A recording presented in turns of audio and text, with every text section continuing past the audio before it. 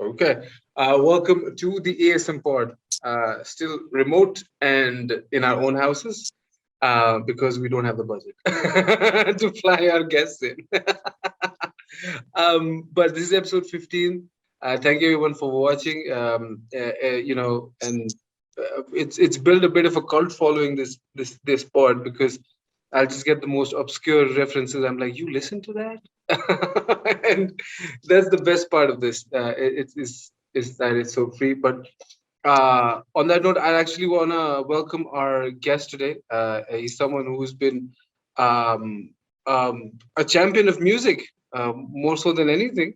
And it's been an honor to read your pieces and see how you're contributing to the scene of Indian rock and South Asian rock. To be honest, if you include the other artists, so please welcome on the ASM pod, Mr. Anurag Tagat. Thank you so much.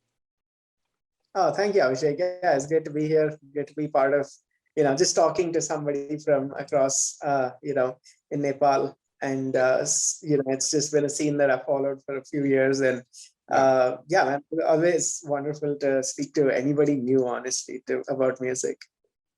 It's definitely the sort of cultural exchange almost. Hey, what's going on over there? Hey, what's going on over there? Yeah, Sort of. it's like, yeah, it's kind of similar, but it's still, there's just so much more as well to like sort of uh, analyze in a way.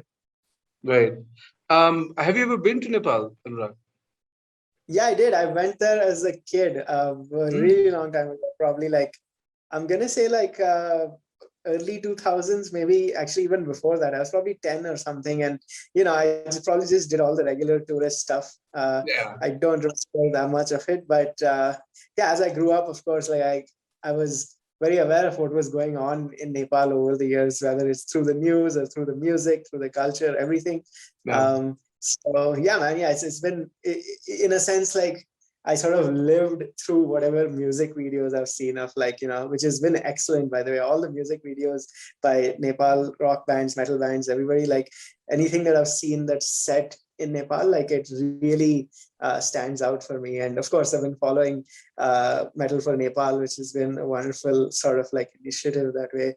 And Wonderful. really opens up like what I think about, just, like the following that heavy music has like across the border.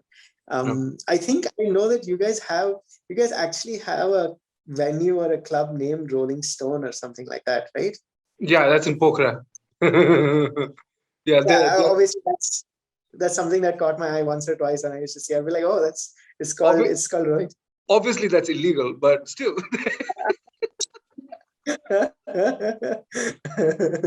Yeah, I mean, as long as you don't get caught, that's Yeah, how it like, is. yeah. It's if you steal from one person, it's plagiarism. If you do it from a bunch of people, it's research. Uh, no, yeah. Rolling Stone Pokhara. I'm happy that you know about the venues. Of course, you knew about Purple Haze too. I think in Kathmandu, which is the spot to be. And I definitely would love once things get once the craziness ends once and for all. We would love to have you here because, as I said, the music scene here, as you described, is just uh, an eclectic mix of so much music, not just metal and rock. There's funk, there's rap, there's reggae, there's rap rock, there is progressive rock, there's math rock. I am, Yeah. it's very. I moved here when in '93 when I was 6 years old, and it's and now looking back, I feel like maybe that was the best thing. Otherwise, I would have probably been at the moment singing "Unchi Hai Building Lift Teri Band Hai" somewhere. No, I'm kidding. I'm kidding. It's a very blessed scene in Nepal, to be very honest. Anurag, let's rewind the clock a little bit. Let's start with you. Um, where did you grow up, and how did this fascination to music and then writing for music actually evolve? Well, yeah, I grew up in Mumbai mostly. Like I grew up in a bunch of places because my dad kept getting transferred. But I was, yeah, I was mostly in Mumbai. I spent a few years of my early childhood in a town called Aurangabad as well, which is in Maharashtra. So I went there. I stayed 2 years in Hyderabad, and then yeah. But for the most part, I was in Mumbai, basically studying and the first job and all those kind of things. Mm. So I think being in Mumbai definitely helped in the sense of like just being open to that sort of like just suddenly like being open to this music culture in a way. I happened to sort of like enroll at an like a college that also had like a music sort of thing going on. It was the St. Xavier's College in Mumbai. So Mm. like they had they were known for their cultural sort of like activities and stuff. And generally, a lot of musicians who were in bands were also studying there. So I think one way or the other, like we just sort of got wind of this, and through online as well, of course, because Orkut was big there, right? So Or Orkut was high already five and big. Orkut. Yeah. Yeah, I know. And so yeah, I just somehow we somehow stumbled upon like what was happening in the live music circuit at that point, and the college shows and things like that. Mm. And when I say we, I usually only say we because it was me and my twin brother Anirudh. Like we were always, we pretty much grew up with the same exact same taste in music. So if we went to Mm. shows, like yeah, it was because we both liked the bands. So yeah, that's how it started. And I Mm. think because of that, like because of being in that community surrounded by people who were really passionate about what they do, Mm. and finding them doing things like releasing albums or playing shows, Mm. which we till then, like I only knew international artists do that. Like to find that it was happening at home on a very like confident scale, I think that's probably what led me to really think about writing about what was going on here.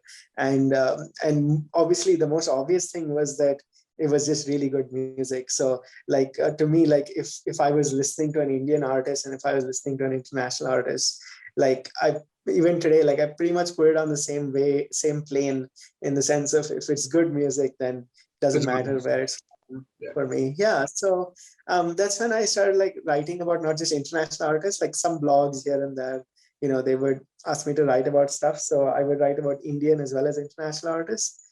um, and basically after that, I knew that I wanted to be a journalist, basically, Mm. by then. And I didn't know that I could specifically be even in the arts and culture space. Like I was just like, if I have to be a journalist, it probably means like doing some real hard news coverage and Mm. like going to places, Yeah. speaking to people. And I did like an internship which involved all that, like like literally going to protest marches and like speaking to people, like attending like court proceedings and things like that. Wow. But yeah, like eventually at the end of that internship, one of the editors told me, why don't you go to a show and review it for us? And Mm. yeah, I went to Hard Rock Cafe, and I saw a band called Agam, which is like a fusion band out here, very big now. And this Mm. was in 2011. Yeah. So I went there and I did that. And by then, like that's when I realized that the potential of covering music for as on a journalistic level rather than just maybe for a blog or for any small place. Yeah. And in fact, after that, I went to do my MA in London for journalism and in journalism. So I did that. Then I came back, and yeah, just out of sheer luck, there happened to be an opening at Rolling Stone India, and a friend of a friend told me about it. Mm. And yeah, I applied, and by then I was already writing so much about Indian music for like newspapers and things like that, that it helped my chances, I guess. And yeah, I mean, I guess to use a cliche term, like it's been no looking back since then, No. basically. So yeah. And then I moved to Bangalore in 2015. That was much later, a few years Mm. later. But yeah, I moved here because I just felt like I needed a change of scene, like to see what else is happening in other parts of the country by actually staying there. Mm. Let's let's jump the clock and come to the present. The the state of rock or the state of metal or state of live music is in all sort of dire circumstances because of COVID. But before COVID started, how would you describe the music scene in India in terms of independent, because we've seen artists like Pratik Kuhar come out, and it was very hard pressed to find artists who could fill up amphitheaters playing original indie music. It's something that has been picked up from the West, I guess, both in Nepal and India. Where do you find the state of rock music or live independent music in India at the moment? Pre-COVID, let's say. Right. Yeah. Pre-COVID, I think it was at an excellent place, mostly because it was just growing in the sense of people finding out about it and people getting into it, and genuinely connecting with it. Like nobody was sort of saying that this is a new in thing. Let's do it. Like it wasn't really.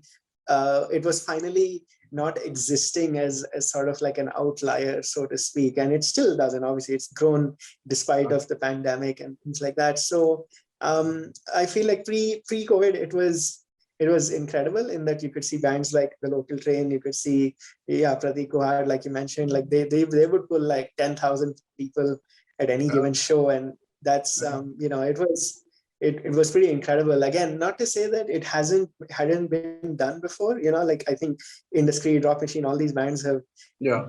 drawn kind of crowds, Drawn a but lot of people. yeah, like I mean, the difference is that it happened such a long time ago that you know if in I mean, I hate to say it, but yeah, if Industry played today, they wouldn't get 10,000 people. So Probably. it's what it is right now in terms of um retaining that audience. So I feel like there's a lot more that's being retained. Nobody's thinking of the Local Train or Pratik Kuhad as just an artist that you listen to in college and then you're done with it. Then you Yeah. move on with your life. They're now thinking about it as, this guy is the soundtrack to my life. And, like I'll probably to his shows, I'll take my kids to his shows, I'll do everything. So it's become part of the culture in a way. It's not a phase anymore. Oh, I was into that when I was in college. It's not like that anymore. Yeah. Yeah, and that's actually a grudge that a lot of people have about metal in India. Like, I Hmm. still see some musicians feel that way about it, and I think it's a little more debatable with metal, basically in India, Yeah. because a lot of it is attached to the college circuit and things like that. Hmm. But yeah, I mean, like we've seen quite a bit of growth in that place as well. So yeah, there's always room to grow. Absolutely. Um, the idea of an independent, unsigned rock band getting tours and booking shows across the country seemed very alien when I was talking to people in the U.S. Uh, because they would always ask me, "So how did you get here?" I said, "On my own." And they would ask me, "How did you book these shows?" I said, "Through the internet, like just reaching out to them." And it would fascinate them because the culture of having roadies and then a manager and a van, that it's something that is still in a lot of what we see and perceive as the gig culture. In Nepal, you can actually make a solid living off that, and people had started doing that here because even the ensemble that I'm part of, ASM, we were booked for a Nepal tour and we were expecting at least like 200 people, which is like a good turnout for a mid-level band. Um, do you think, in terms of let's move away from the singer songwriter, which is in vogue at the moment, but let's go to classic, any sort of rock or metal. Are those numbers realistic to pull in India, or do you see there is some sort of impetus that needs to be given a little shot in the arm? What do you think the state of metal and live shows are at the scene? I think it's doing still, at least again, like pre-COVID, it was still doing quite well, Mm. and it remains to be seen how it's gonna go. um like when things slowly open up, but even in the middle, when it was not so bad, there were shows that happened. Mm. And yeah, like I mean, I feel like at least metal music, like it's still definitely drawing crowds in cities like Bangalore, um, Right. and especially in cities like Shillong, and in the northeast, The Northeast. Guwahati. Yeah, like they're still definitely drawing a crowd of, say, like you said, like maybe 200 plus, which is it's a Yeah. healthy sign. Yeah. Um, And I think the only thing that's a problem is that the venues are not so forthcoming, and even if they are, they're kind of I don't know how to put it. They're kind of on the fence. They're kind of little fly by night operators kind of vibe, Yeah. like they'll be hosting like metal shows like one for 6 months, and then after that they'll be like never again, no more metal. They'll be like, Oh, now we're wow. hosting like Bollywood nights or something. I don't know.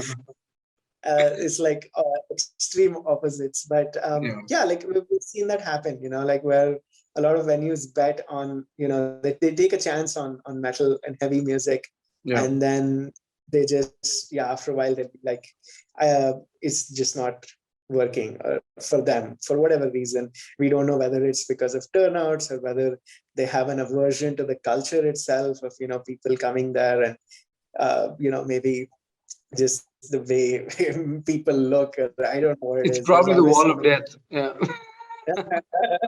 Yeah, it probably is. Yeah, I mean, I've seen so many confused bouncers in my life now. It shows. It's, Why are they hurting themselves? We're here for that. yeah. So, but there are still venues, of course, which wholeheartedly believe in this kind of music and this kind of style. Hmm. So that's definitely what keeps people sort of going. And in that way, it's like a little bit of a push and pull. I feel, like there's this big conundrum. I don't know whether that's the case in Nepal, but often there's this whole um, sort of debate in a sense. I don't know why it's a debate, but yeah, like people say that the venue should be getting the people in, whereas the Oh venue yeah, says the artist getting the artists should be people getting in. And people. yeah, exactly. And it's not really much of a debate. Like, so artists say that we're playing this big venue, it's gonna be great, and then like literally 100 people show up for a 500 capacity venue and it looks Yeah. like shit, obviously. So but honestly, like I would feel like a band is blamed to that, like you have to blame the band for that. Like if you can't draw 500 people to a 500 capacity venue, Don't go that's on to you. 500 capacity venue. Yeah. Yeah. Yeah, exactly. So yeah, all those things are happening here, but like I said, like I feel like it's more or less at that steady, healthy kind of space. At the moment, with the sort of music that we are actually seeing, predominantly is Bollywood playback music, playback songs. Um, I'm waiting for some great. I'm waiting for Badshah on the next Rolling Stone India cover. Now, Well, Badshah has already been on the Rolling Stone cover, man. I know, never say never. Uh-huh. It's I think the general acceptance of all of this music can actually peacefully coexist. I think a lot of the diehardness has not, let's not say has gone down, but has accepted a lot of things that are going around it as well. Do you think, going into the future, do you think, you know like the way mainstream music is in Bollywood and in the Indian film industry? There was a time when Shankar Ehsaan Loy brought this really nice, quirky, almost live gig sort of feel with Dil Chahta Hai, and that early 2000 sort of music. A.R. Rahman is also sort of similar to that in some way. Do you think this sort of sustenance that this music can make the jump to mainstream as well? Do you see that also happening in the future? Do you see, because now Pratik Kuhar I think did a film song as well for a Bollywood movie. So do you think like a band can actually be featured? Their music can be an OST for a movie in the future? Yeah, absolutely. I mean, it's already happening, maybe on not as much a visible level as we would like, but I guess it's a start. Like I think Local Train had their song in one of the movies. Parvaz had a song in one of the movies. So it's all been happening. But I guess it's that's the thing, right? Like we don't know whether this is just somebody in the film music world having sort of a passing interest in this stuff, or Yes. that Yes. like no, like everything these guys make, we can put Yeah. in a film. We don't know if it's that, but at the same time, like we have artists like Ankur Tiwari, who is now like owning the role of like a music supervisor on a lot of like web series, a lot of Oh, wow. films and things like that. So he, I think, obviously has like a he gravitates towards a little more independent music talent. So he invariably ends up including some of them. So it's definitely happening, no doubt.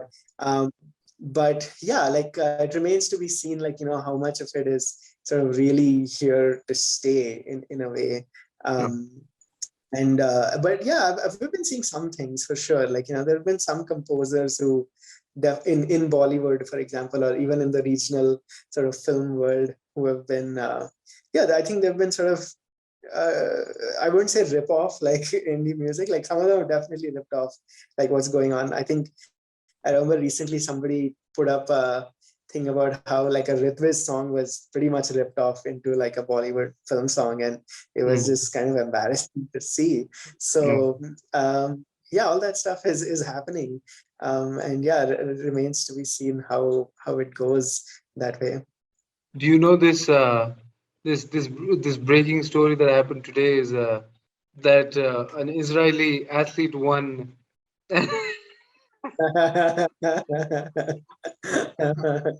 All of us, all the 90s kids that went, we knew it. We knew it. No, that's like, see, but that's what we grew up with.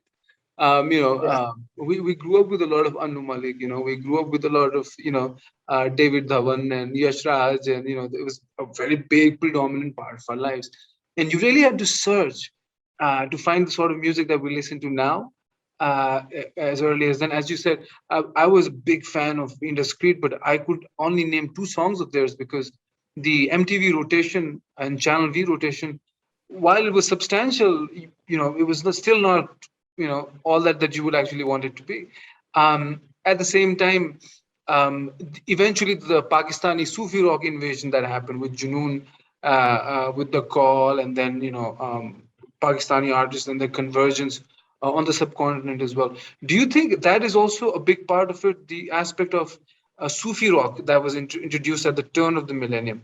Do you see that also as, gave it that legs to continue for another 10, 15 years? Jal came from that. Yeah, I agree. I mean, it's quite interesting because, like the the like Sufi rock itself, like I think, of course, it still exists even today in India. Like with a lot of bands For doing sure. this, they're mostly, I think, they're more gravitating towards the Sufi fusion space necessarily than rock. But yeah, it's it's happening, Yeah. and I think again, like it's also sometimes a regional thing, like where it does better in North India than it does in other parts of India for obvious reasons, because there's just more of a connect there with the culture of Yeah. the North. It's so yeah, man, I think it was definitely an integral part. I would say so. Mhm. Like what has sort of influenced the bands that have come out right now. What's the best band that you've seen live? Indian band, right? Yeah. Uh, Man, it's just so tough to pick. I think the best band, more or less consistently, the best band I've seen live is Inner Sanctum from Bangalore. They're absolutely, and like I'm not saying that because I'm partial to Bangalore bands or anything, but yeah, like personal favorites, definitely Inner Sanctum, because they just, man, it's every time, like I just have a sore neck at the end of it. It's an intense show from start to finish. They usually have two guitarists. Sometimes they just play with one guitarist and they sound just as heavy and loud. And Yeah. yeah, it's amazing energy, man. Yeah. What's what's an artist that you'd actually love to see internationally? I would love to see yeah, actually, that's these. I don't know. This after like 1.5 years of not seeing anybody, like it I'd like feels to see kind of, anybody. yeah. Just कोई तो दे दो यार, देख लेंगे. Miley It's like that, Cyrus is fine. No, but Miley Cyrus puts um, on a very great show, live show, by the way. She puts on a on the killer. Did you did you hear her on the Chris Cornell tribute? And she did right. "Say Yeah, Hello to yeah, Heaven" by Temple of the Dog. Phew, just yeah. yeah, Miley Cyrus is I, great. I'm a big Miley Cyrus fan. and I think recently she was on the Metallica Black Album tribute album. I She's think on the like she did. blacklist. Yeah, she's on the Yeah, blacklist. Yeah, yeah, that's true as well. Uh, but uh, yeah, yeah, I don't know. In terms of bands, I don't know. Like it feels like so many to sort of still properly see. But I'm very fortunate that way that I've seen a lot of. I've gone out and just like seen a lot of international bands, yeah. and it's been fun that way. But I don't know, man. Who should I say off the top of my head? Um I don't know. I'm completely out. Guns N' Roses. um, yeah, no, not really, man. No, No, it's Guns N' fine. Roses, Like, no. I Metallica. mean, like, well, I have seen Metallica, so I went to see them when I was visiting the US, but and that was a great show as well. I think probably something like Nine Inch Nails. I would like to see Nine Inch Nails because Nine it Inch feels Nails. like I'm quite a huge fan, and just to see that whole audio visual show and stuff, yeah, that would be quite cool. I was about to say a band that I know you'll nod your head in agreement. Gojira. That's a Yeah, yeah. band. That's a band I really want to see live, man. Yeah. That's a band like. So I saw them again, like in the US when I was visiting. It was Oh, all the same festival. In fact, Gojira and Metallica were playing, oh and wow. yeah, it was insane because Gojira were playing after a thunderstorm had just passed through the area, and they were literally the first band on after everything had got disrupted and they came back, and it was incredible. They were playing from Magma, so I'd just seen them when that Wow. album came out. Freaking Wow. heavy, man. Just the Duplantier brother, those two brothers are just insane. Absolutely, absolutely Yeah, insane. next Um, level. next level. In the next few years, when things slow down, as in they have already slowed down, when things pick up, um, and when things start up again, um, this lockdown period has seen a lot of artists actually emerge during the pandemic time and during the lockdown time as well. The advent of TikTok and then other sites after TikTok have seen given a rise to a lot of viral stars and social media sort of stars per se. And when we actually start everything opening up and everything goes back to normal, what do you think will be the life culture? What do you think? Are people going to come out in droves it's because they miss it so much, or is it, you know, have they lost the habit of going out altogether?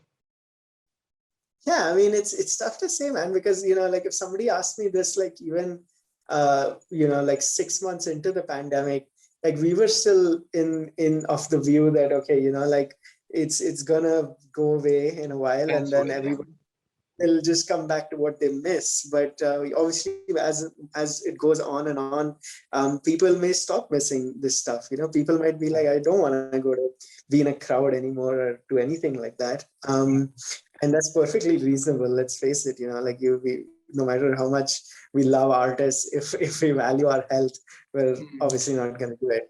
Um, So yeah, I feel it's quite an odd time that way to see how it's going to open up.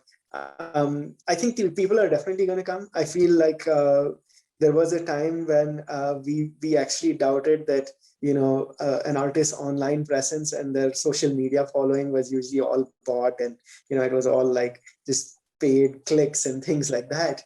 But now that we have seen like how organically those things can grow, especially during the pandemic, without a doubt, like people would, I think, come to the shows. Like, for example, I saw Bloody Word. They were huge. Of course, they're huge globally, but yeah. they're also sort of followed in India. But the funny part was like they came to play the first ever official live show in Bangalore, and when I went there, it was maybe 200 people or something, right? And this is like a literal YouTube sensation, No. but in Bangalore, they only got like 200 people. Wow. And then they went on to play a sold out European tour, basically, completely sold. Like everybody was full house at all those shows. So it really puts things in perspectives about how places like India work that way. I feel. So I think there's still work to be done. but at the same time, across genres, like for example, like in hip hop and stuff, I think, yeah, if there's a hip hop artist who's getting like 100,000 plays on YouTube, then Yeah. they're probably gonna get a pretty good crowd when once Yeah. they performing. Yeah. Plus, everything goes in cycles in music. The 80s hair metal, grunge, and then rap, hip hop, and electronica, and everything that's happening right now. I think it's all, just it's something is hot sometimes, and then it comes down, and then something else comes up. Um, Yeah, yeah, but there's just so much. Yeah. but Altaf Raja never goes out of fashion. You know that, right? Yeah, yeah, I have to go and Google his stats now. Check how many He, streams he has on he, Spotify. he would sell out Madison Square Garden. You know that, right?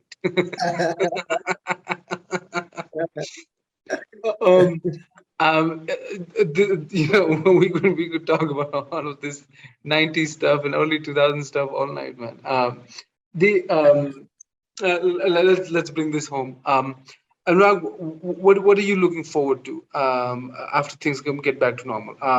Because I know, as an independent rock journalist, you love going to shows, you love covering shows, you love getting a hold of new music, meeting new people, talking to new bands, getting their hands on new merch. you know, just the whole experience of being there and witnessing it live. Um, what are your plans, and how do you see this panning out when it does? Yeah, I mean, like it feels like a little bit of a question mark in some senses because, uh, we haven't heard a peep from so many festivals for the longest time. Some of them obviously adapted to the virtual model and they said, hey, we'll do something virtually. Yeah. But we haven't heard a peep from so many others, that used to do this kind of stuff, used to be in live events.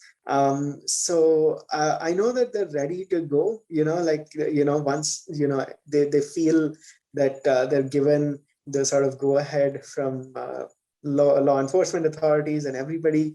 It definitely can bounce back without a doubt, like the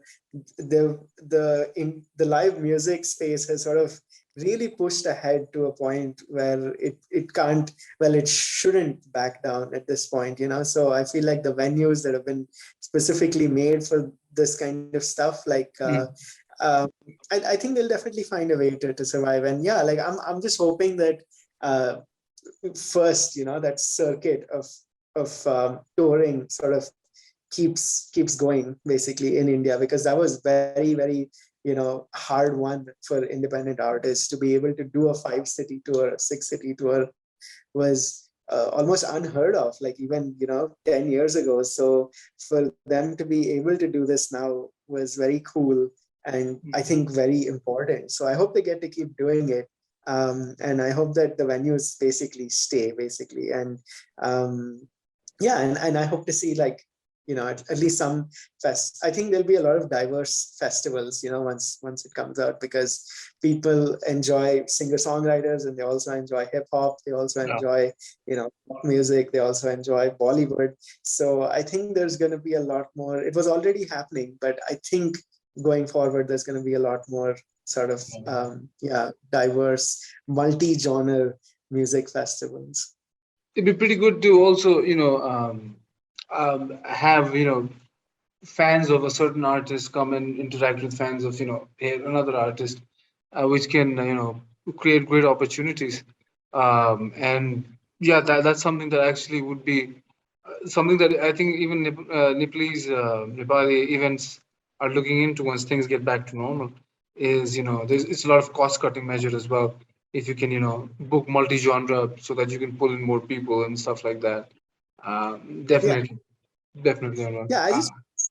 Yeah, I just hope it's not so much about reverting to a lot of tribute bands and cover bands. And while that part of the thing is fine, like those things need to go on as well. I feel like Mm. it shouldn't be sort of like prioritized over original music. That's what I always feel, at least right now. I just missed hearing TNT by AC/DC so many times. We have to do it. We have to we have to let all the cover bands loose.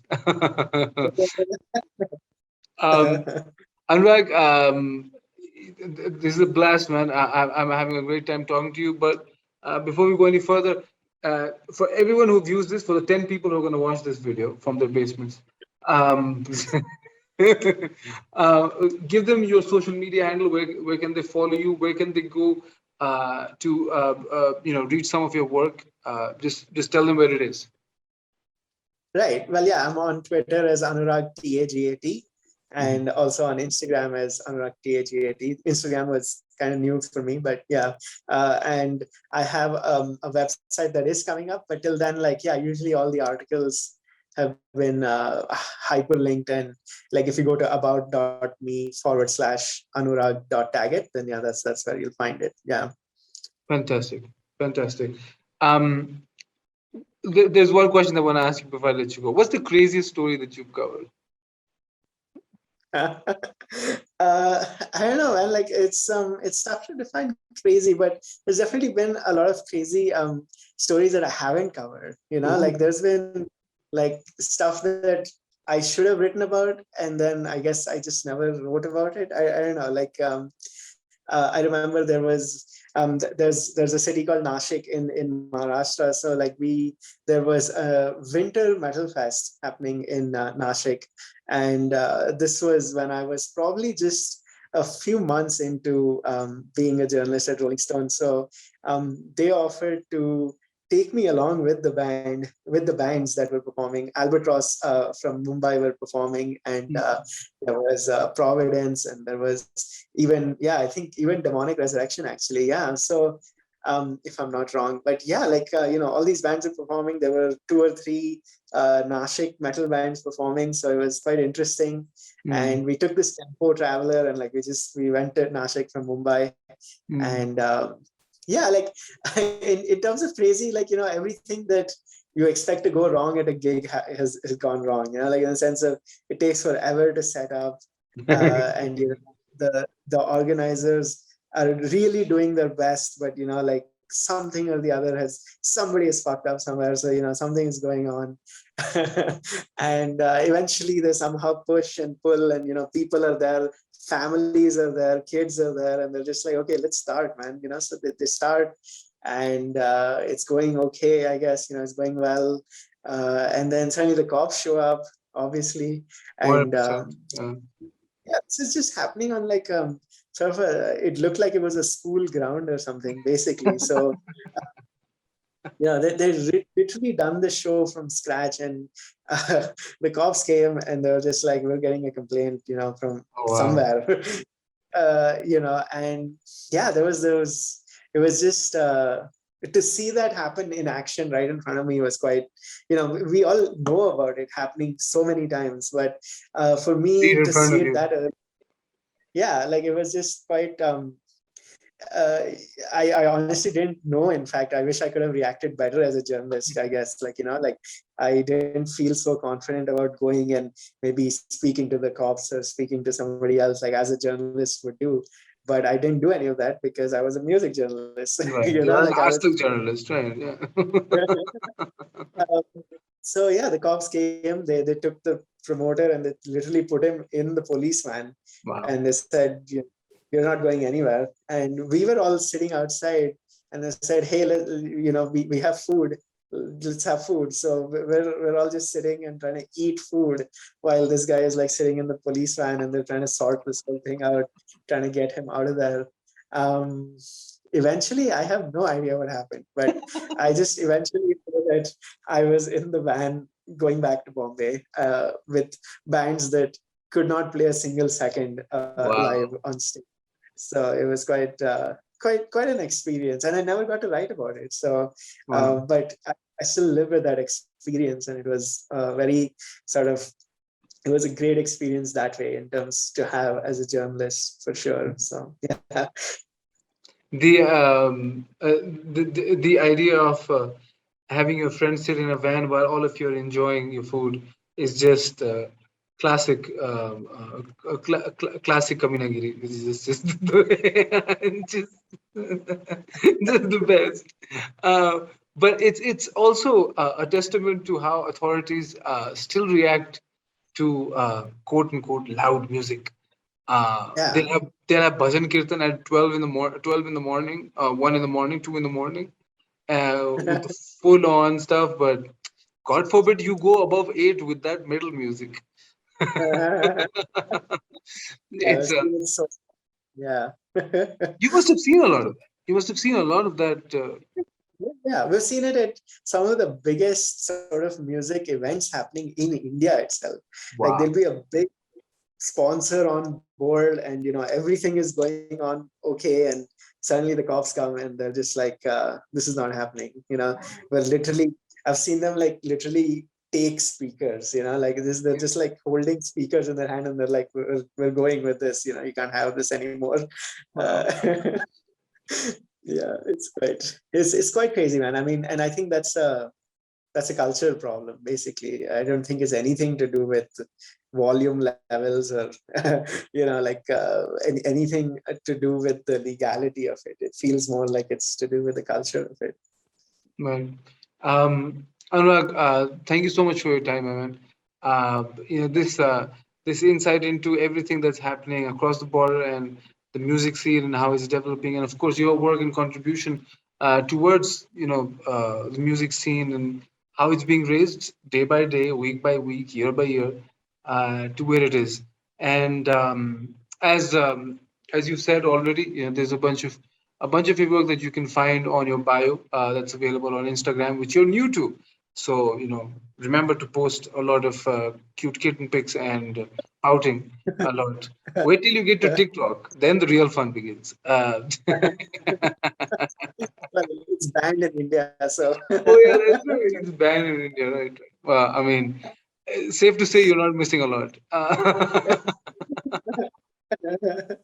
So, yeah, thank you so much. great. Sorry? Absolutely. Thank you so much, Abhishek. Yeah, it's been a real pleasure talking to you, man. Like real fun conversation for sure.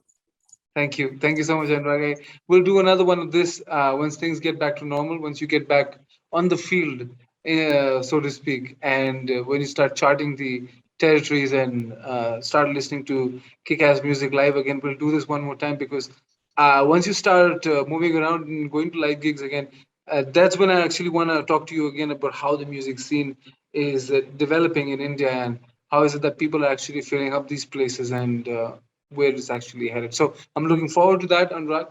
Thank you so much. This has been a blast for the ASM Pod episode number 15 in the bag with the amazing independent rock journalist, Mr. Anurag Tagat, all the way from India. Till next time, thank you everyone. Stay tuned in. And if you're watching this, remember, I take cash as gift too.